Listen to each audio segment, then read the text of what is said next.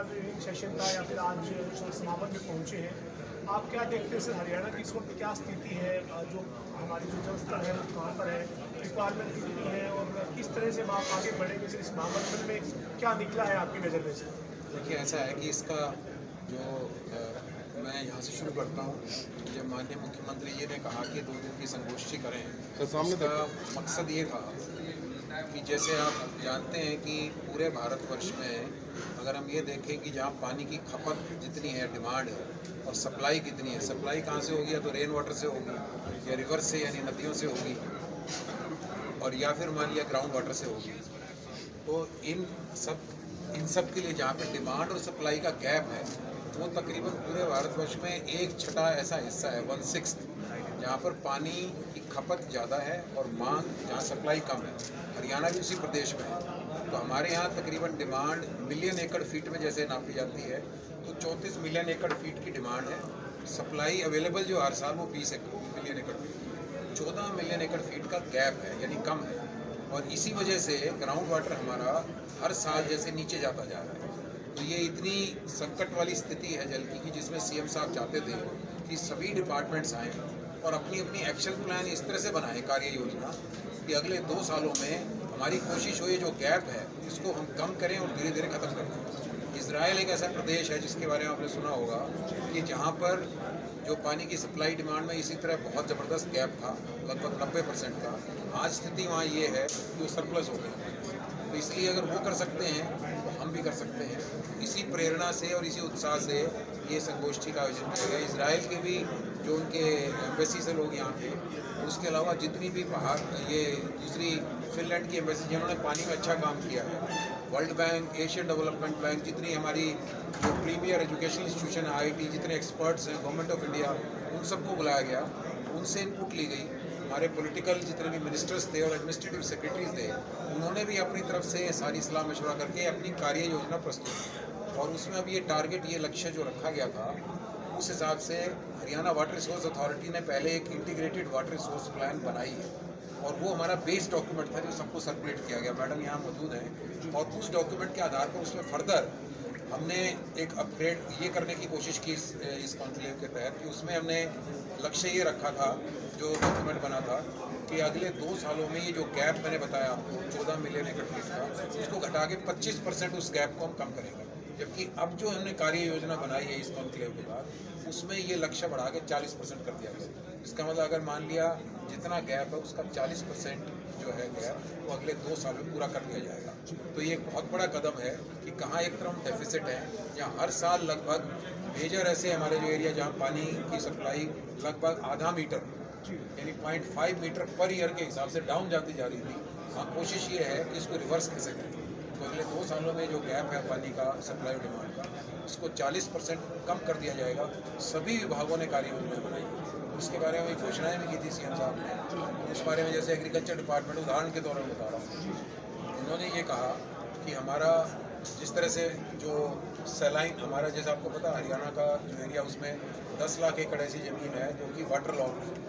उस water lock ज़मीन को बचाने के लिए अभी तक तकरीबन पिछले 2-3-4 सालों में 20,000-25,000 एकड़ इस तरह का हर साल का उसका रिकवरी होती थी। इस बारी टारगेट रखा गया कि 1 लाख एकड़ पर ईयर हमारी जो सैलाइन वाटर लॉकिंग से इफेक्टेड सॉइल है उसको रिक्लेम किया जाए। इसी प्रकार से इरिगेशन डिपार्टमेंट ने फर्दर टारगेट रखा है कि डायरेक्ट सीडिंग ऑफ राइस, मैं एग्जांपल दे रहा हूँ आपको, कि जिस तरह से आपको पता धान की खेती जो होती है उसमें पहले पनीरी लगाते हैं, फिर उसके बाद मेन खेत में आते हैं। ये ट्रांसप्लांटेशन के माध्यम से पानी का ज़्यादा इस्तेमाल होता है। अगर उसको डायरेक्टली सीड कर दिया जाए राइस को, तो लगभग 50% पानी की बचत होती है।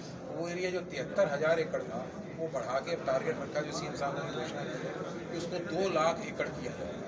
तो पानी की जो ये डेफिसिट को कम करने का तरीका यही है कि सबसे ज़्यादा पानी की जहाँ खपत होती है, जो रिपोर्ट बनाई थी मैडम केशरी आनंद अरोड़ा ने और उनकी टीम ने, उसमें आप पढ़ेंगे, वो रिपोर्ट की कॉपी भी आपको उपलब्ध करा देंगे, कि उसमें लगभग अगर पानी 100 मान लिया खपत होती है पूरे हरियाणा में, तो उसमें लगभग 90% पानी जो है या तो एग्रीकल्चर में, हॉर्टिकल्चर में इस्तेमाल होता है। अब अगर एग्रीकल्चर और हॉर्टिकल्चर में हम अगर मेजर ऐसे इनिशिएटिव लेते हैं, जैसे डायरेक्ट सीडिंग ऑफ राइस की हमने बात की, 3 गुना एरिया बढ़ा दिया है, इस तरह की योजना बनेगी।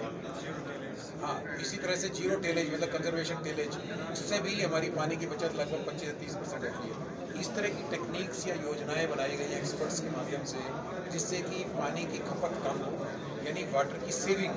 तो जो टारगेट भी था, जो प्लान बनाई थी HWRA ने, उसे वाटर सेविंग्स का टारगेट दिया गया था सभी में, और उसको फर्दर अपग्रेड कर दिया गया इस मंथली में। उसमें एग्रीकल्चर का इसी तरह से एक छोटा सा एग्जांपल मैं देना चाहूँगा कि इंडस्ट्री डिपार्टमेंट, इसमें पानीपत में हमारे यहाँ टेक्सटाइल है, टेक्सटाइल इंडस्ट्री में और डाइंग इंडस्ट्री में खास तौर पे एक दिन में 1 लाख से 5 लाख लीटर पर डे पानी की खपत होती है, और वो ग्राउंड वाटर से पानी निकालते हैं। उसमें ये फैसला किया गया कि अगले 2 साल में जो वहाँ STP लगा हुआ है, सीवरेज ट्रीटमेंट प्लांट, उसका जो पानी ट्रीट करके जो ड्रेन्स में चला जाता था, वो सारा पानी चैनलाइज करके और वो इस टेक्सटाइल इंडस्ट्री में इस्तेमाल होता है।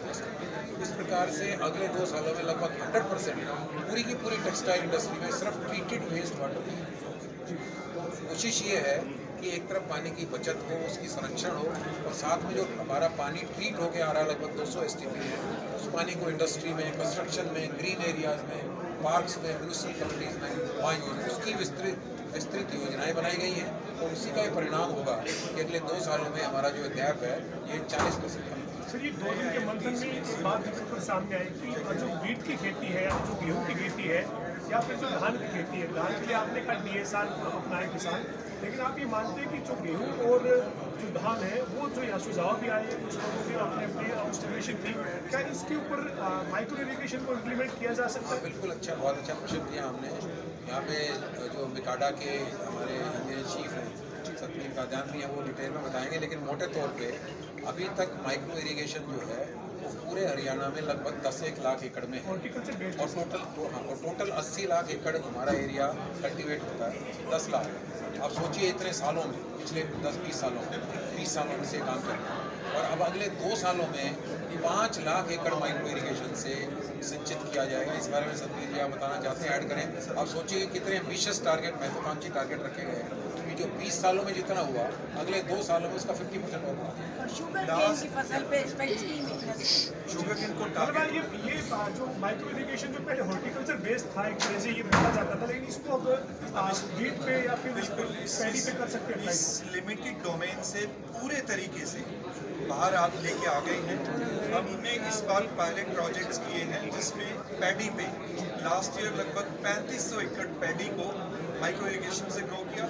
इस बार हम उस स्केल को मोर देन 10,000 एकड़ में लेके जाएंगे। ऐसे ही वीट के केस में, ऐसे ही पोटैटो के केस में, ऐसे ही कॉटन के केस में, इन सब एरियाज के अंदर अब हम माइक्रो इरिगेशन को लेके आएंगे। तभी तो ये लक्ष्य जो इतना एम्बिशियस रखा है 5 लाख एकड़ का इसमें 2 साल में। घोषणा मैं ऐड करूँगा, सतवीर जी ने कहा और मैडम ने कहा कि जो एक डिमांड आई फार्मर से, हॉर्टिकल्चर से और एक्सपर्ट से कि जब माइक्रो इरिगेशन धान में करते हैं तो जो गैप है पाइप्स के बीच वो 120 सेंटीमीटर की बजाय वो 60 सेंटीमीटर वो ज़्यादा कामयाब होता है। उसके लिए नेचुरली एडिशनल सब्सिडी देनी पड़ेगी। उसके लिए भी CM साहब मान के उन्होंने अनाउंस किया है कि भाई हम ये जिस एरिया में DSR किया जाएगा वहाँ पे एडिशनल सब्सिडी भी देनी पड़ी तो सरकार को। तो ये अमृत जल क्रांति के तहत जो आज तक ये 2 दिन की संगोष्ठी है, सर आप ये मानते हैं कि इसमें काफ़ी अच्छी सुझाव और पूरा एक कॉन्ट्रीब्यूशन ये रहा है कि आपको आगे बढ़ने में मदद मिलेगी, खासतौर पर जो जल बचाने का एक सरकार का लक्ष्य है, अथॉरिटी का लक्ष्य है उसमें? बिल्कुल, बेसिकली जैसे CM साहब ने अपनी कंक्लूडिंग स्पीच में बोला था